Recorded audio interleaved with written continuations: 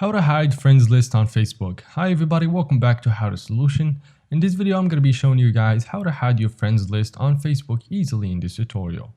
So first of all guys, open up your Facebook application and tap in the menu icon at the bottom right corner. Then you need to tap on settings at the top right corner and then scroll down into your found audience invisibility. And then click on how people can find and contact you. From over here, tap on the second option which says who can see your friends list, and from over here guys you can control exactly where you want to see your Facebook friends list. So you can choose friends or public or whatever, but in this case we want to make them hidden. So all you need to do is tap on more, and as you can see you can switch it to only me, which hides your friends list from everybody and nobody will be able to see your friends on your Facebook except you.